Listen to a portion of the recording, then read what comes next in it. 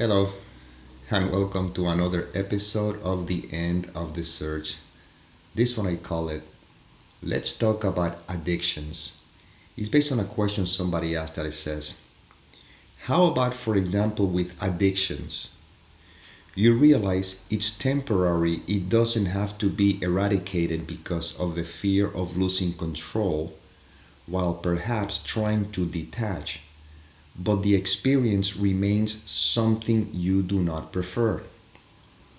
You're fighting it on some level. The resistance itself is identification with the body and reinforcing the behavior. Yet, by allowing it, your impulses perpetuate the inner conflict. Do you let it run its course until you naturally finally stop the abuse? Or fight it all out by going cold turkey? The middle way would be postponement or distraction, thus giving it to both demands, which also is an uncomfortable middle ground. So we are never really just cruising in detached awareness mode.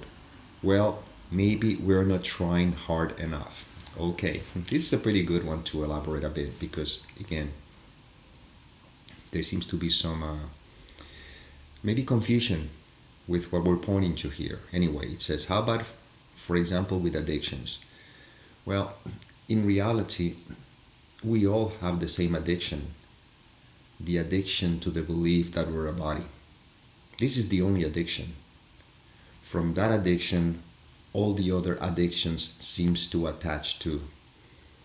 But by believing that I'm this separate entity, there's a constant pursuit of pleasure and avoidance of pain. So the addiction to pleasure, so to speak, is what gives rise to all the addictions. But anyway, we're going to elaborate a bit on this. It says, you realize it's temporary, it doesn't have to be eradicated because of the fear of losing control while perhaps trying to detach, but the experience remains something you do not prefer. Okay. The issue here is that I think when it says you realize it's temporary, it doesn't have to be eradicated because of the fear of losing control. No, this is not where the point is. The issue here is that if we do not investigate who I am, you see, if that investigation is not done, then the mind is going to come up with all sorts of possible suggestions. Should I let it run? Should I let it pass? Should I hold on to it? What should I do? You see? But this is not where we're pointing to here. What we're pointing here is that when the cause, the original cause, the root cause is seen, then it's like a tree. If you cut the tree from the trunk, from the root, all the branches will fall automatically. You don't have to go after each branch. So once again, we're pointing here to the recognition of the fact that I am, and I'm going to elaborate a little bit more as I continue reading because there's a couple of things that I want you to notice. It says here, but the experience remains something you do not prefer. No, the experience is just what's happening. The evaluation of the experience is what makes it complicated. So we continue with, you're fighting it on some level. The resistance itself is identification with the body and reinforcing the behavior. No, the resistance is not identification with the body. The resistance is believing the thoughts. You see? And is the thought the one that suggests that I am a body? Without the thoughts, I simply am. Do you see the difference here? We can put it to the test right now so you can see this is not esoteric. Right now, don't believe any thoughts. Just be. Right now, just being. Because you're being anyway, If you don't believe any thoughts, where is the resistance? You see? You have nothing to do with identifying with the body or not. The resistance is always in the mind, is not in the form, is not in the body. It may be reflected in the form, but it's happening in the mind. So if you right now, you're being, you see? If you're not believing your thoughts, there's no resistance. There's no conflict. Conflict only happens between two contradictory thoughts. Without contradictory thoughts, there's not conflict. All that there is what is. The person continues. Yet by allowing it, your impulses perpetuate the inner conflict. No, again, see, the allowing here is not about you deciding to allow or not allow. The allowing is just kind of get out of the way. You see? Right now, you cannot not allow what's happening. Right now, what's happening, it's happening without your consent. The allowing is not believing the thought that suggests this should not be happening. You see?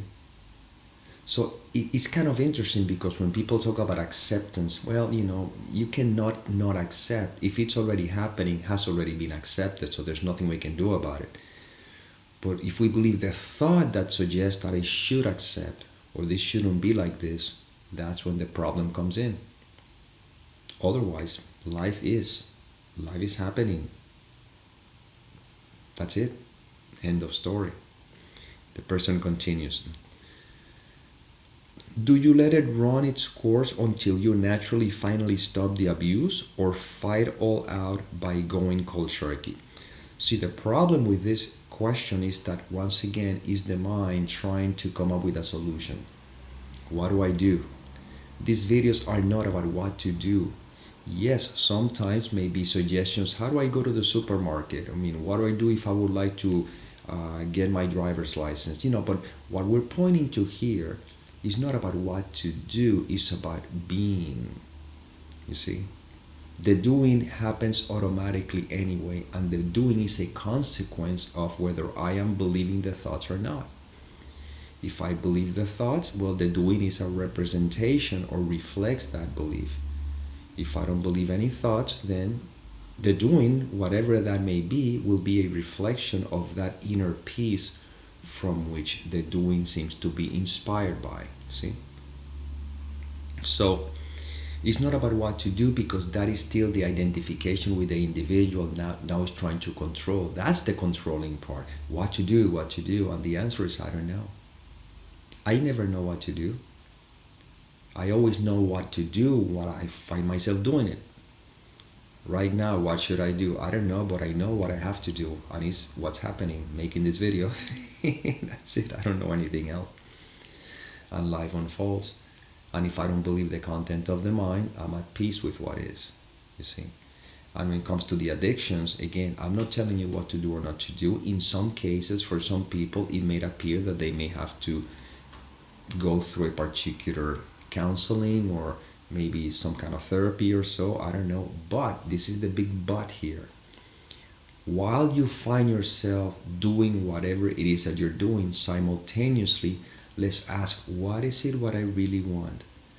And if I really want inner peace, when I want peace, then I just rest in being, and this is what is a priority. Then most of the behavior that it was associated with a mind identified with fear drop by the wayside. So they may not even need to go to a particular therapy or something, or maybe halfway through, as you continue resting in what you are, life may no longer inspire you to continue that particular process. You see, so this is not about what to do, but what you really want. You see? If you want inner peace more than anything else, you don't need to do anything for that. All you have to do is pay attention right now. Right this moment. See, can you savor this? When this is the most important thing in your life, then you don't have to worry about the doing. And again, if addiction is the seeking of pleasure, the seeking of pleasure comes as a result of the belief that I'm a separate entity.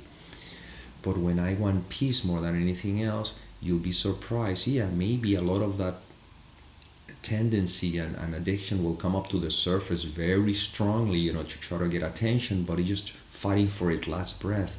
And all we can do at that point is just be, that's really all I can do, because the mind is going to offer you another suggestion to keep you doing something, to keep you engaged. And this is where that's what is referred to as the valley of of the shadow of death, according to the Bible, if you want to use that. Or in A Course in Miracles, you have to go through the clouds before you get to the light that is behind it. Well, this is what many people refer to as the dark night, whatever. But in reality, it's just basically the mind is resisting its own demise, so to speak. So now all we need to do is when you want that more than anything else, then trust that life as it unfolds, many of those or all of those addictions will eventually fall by the wayside, because there's no need to pursue that which you no longer desire. You see? And what I mean is the desire of feeling separate, the desire of trying to feel whole and complete as a result of, or as a consequence of pursuing things in the world. But you have to be ready for that. But don't worry about it. I mean, if life is leading you to this kind of information, whether it comes from this seeming me or whatever the case may be, you could say that life through you is now beginning to undo its false sense of self. So it's just fine. It's no big deal. But at least make sure that we don't confuse here the information. So the what to do is not the question.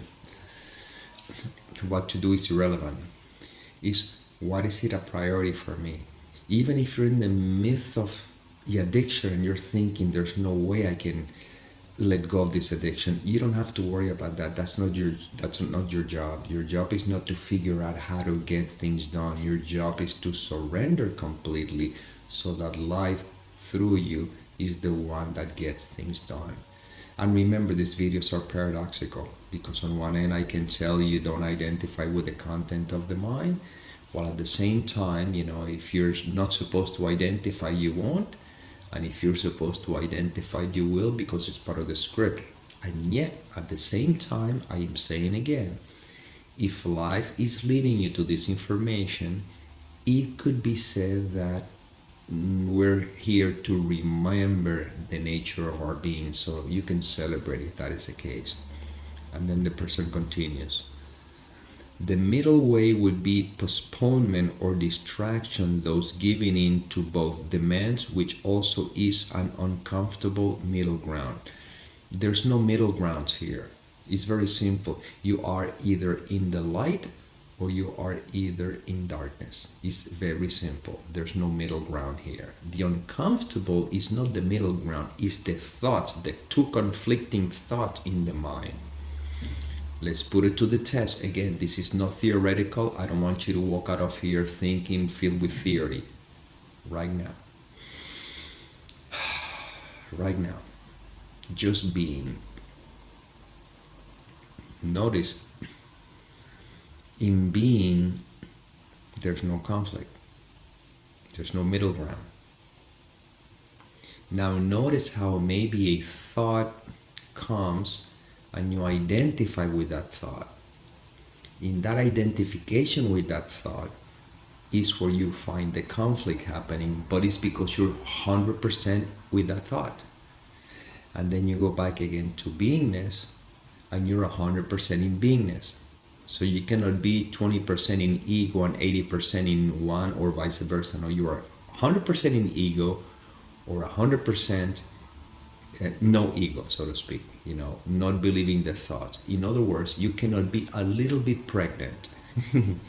Either you're pregnant or you're not. So there's no middle ground here. What happened is because the mind is oscillating so much between being and the conditioning of attaching itself to something, it appears as if though there's a middle ground. But no, you're always 100% in one or 100% in the other one. When you're dreaming and you're sleeping, when you're dreaming, you're 100% in the dream. When you're not dreaming, you're 100% awake. And even if you kind of think you're in and out or so, well, you're 100% when you're in, and you're 100% when you're out. But there is no middle ground, okay? And it continues. So we're never really just cruising in detached awareness mode. Well, maybe we are not trying hard enough. Okay. When you're talking about detached awareness mode or cruising, you still identify with the character, with the seeming me. Right now, you simply are, and that is your permanent state, which is not a state, it's a permanency of what you are. always. Okay. Now notice how there's identification with the thoughts, and that's why you may suggest that it says you're never cruising in detached awareness. No big deal. The important thing is that being able to see it. If you don't see it, you're completely hypnotized. But when you see it, then you can go back and remember that, okay, I am. You see? This is not about being a perfect human being. There's no such thing. But the essence of what you are is perfect and never changes. It's just like, because conditioning, we have forgotten it. So you say here, maybe we're not trying hard enough. Well, the thing about it is that you don't need to try to be. You see? The idea of trying hard enough is suggesting that I have to hang on to a particular state. I have to be in bliss all the time. I must not have any negative thoughts. No. You know, it's like the sky saying, I haven't tried hard enough, because if I did, there would be no clouds. No, clouds are going to appear anyway. As long as the seeming appearance of a human being is here, as long as we're still having this experience, there's going to be negative thoughts and positive thoughts. But actually, there's just going to be thoughts. I made a video on that one. I suggest you watch it. That there's no such thing as negative thoughts, because that is just a judgment. So you don't need to try hard enough to be. Just need to notice how habitually we're used to identify with the content of the mind and not judge ourselves for having identified with it. No, I mean, if you were already in a perfect state of beingness, you would not be here. So I have thoughts that come, thoughts come through me, all kinds of thoughts and feelings and sensations, and sometimes I find myself acting on them, but that doesn't mean that I have to feel guilty about it. It's just part of the human experience. The beauty is that the moment you can see through it. Many of those behaviors, they fall by the wayside because they lose their attractiveness. You see? So it's not about denying your desires or denying anything. It's about seeing through them. And you may fall off the horse. No big deal. You get back up again faster. So, like I said, these videos are not about telling you what to do or not to do. I don't know what to do or not to do, but I'm pointing to what is. If you just put all your attention in what is, which simply is being, doesn't require any effort. Maybe what it requires is the desire for it, that's about it, but how much effort do you have to make to just be? Right now, let's look at this together. How much effort do you have to make right now just to be? None. Where's the conflict? See? Well, again, if you're so used to identify with the content of the mind and the feelings and sensations are coming up, well, it's like everything, it may seem as if though it'll take some transitioning. And that's fine. We don't have to make a big issue out of it. Just keep trusting the process, Eventually, it's like, I don't know if you've ever driven a stick shift car, but I used to drive automatic until I bought the first stick shift. And now stick shift is very organic. I can drive it like nothing, It's just all the movements happens very organically, but at the beginning I have to pay attention to the movements, Well, same here. At the beginning, it may seem as though you're going to have to look at all the stuff that seems to be coming out to distract, and that's fine. There's nothing wrong with that. It's just basically just cleaning up so you can see that you are. And then doesn't mean that those thoughts may not come up. They probably might come up. They may or may not. I don't know. But before they would come and you feel attached and you consequently find yourself reacting to it, now they come up and you can look right through them. That's the difference. So it's not about never have any particular thoughts or never have any feelings or sensations. They can come up, but when you can see through them, then they no longer distract you, you see? And this is where all this is pointing to. So again, the issue about addictions is very simple. You remember the fact that you are. When you rest in the fact that you are, like we always say, like I always say on these videos, if you don't believe any thoughts, what remains. Well, when that becomes your priority, you don't have to worry about addictions or anything. I mean, they'll fall by the wayside, if they are not supporting the fact that you are. And I said again, if in your case, because in some people's cases maybe it appears as if though they may have to do any particular treatment or so, well, that'll happen very organically. Life will lead you to that. I'm going to leave you with this one example so you see how this is not predictable. There's a man by the name of Wayne Lickerman. He was a drug addict since the age of 16, I believe, so heavy drug addict, heavily, I'm telling you. I mean, all the way up to his 35 years of age, from 16 to 35. Cocaine every day, I mean, marijuana every day, alcoholic. I mean, he was a disaster, and he tells you the story, right? And without Alcoholic Anonymous or anything like that, one day he wakes up in the morning and he was addiction free. Couldn't understand how that happened.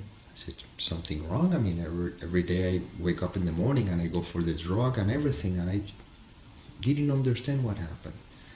He said that the way he was living life, he's surprised he was still alive. I mean, because in reality, how much pounding he was giving to his body. And yet there's some people who just give a little bit of pounding and they're gone. So again, there's no rule of thumb on this one. But the bottom line is that he found himself that, oh my God, what's going on here? So because of that, he began the spiritual journey. He started seeking, not because he was trying to find truth or because he was enamored with God or spirituality, but because he wanted to know what happened. He was not religious, very egocentric in every sense of the word. And look, so again, there's no rule of thumb. There's no rule of how this is going to happen or not. So once again, if life leads you to these videos, I'm just going to point to the same thing. To the fact that you are. That's all I'm going to point to. That's it. That's all you're going to hear here. If you're looking for results, if you're looking for particular information, there's another video that I made that is called "I'm not here to give you what you want, but to remind you of who you are." This is all you're going to get because it's simple. Truth is simple. Mind makes it complicated. Believing our thoughts makes it complicated. That's why our beloved sailor Bob Adamson, which I think is amazing, he used to say, what's wrong with right now unless you think about it? Well, these videos are to remind you that you are, and you are being right now. You cannot not be. Try not to be. Come on, give it a shot. The problem is you're trying, or you're being, or you think you're being something or someone, but in reality you simply are. Well, rest in that. Make that your priority, and all these questions will fall by the wayside. And any addiction that had to do with the identification with the thought system of the I will fall on its own without having to do anything. In the meantime, see how life is unfolding through you. You may find yourself either seeking some kind of formal help, or you may find yourself not seeking any of it. I don't know. But while you do whatever you think you're doing, meanwhile, remember, what is it true? What matters most for me? What is it what's most important for me? Inner peace? Well, then stay with that. And in these videos, the way we're going to remind you, or you're going to be reminded, is by right now. If you don't believe the content of the mind, if you don't believe any thought, what remains? Don't answer. If you do, you went back to the mind. I'm just pointing to what already is. And you are that. Well, this is inspiration that came through. I hope it served. And as always, may peace permeate the mind so that love can become evident.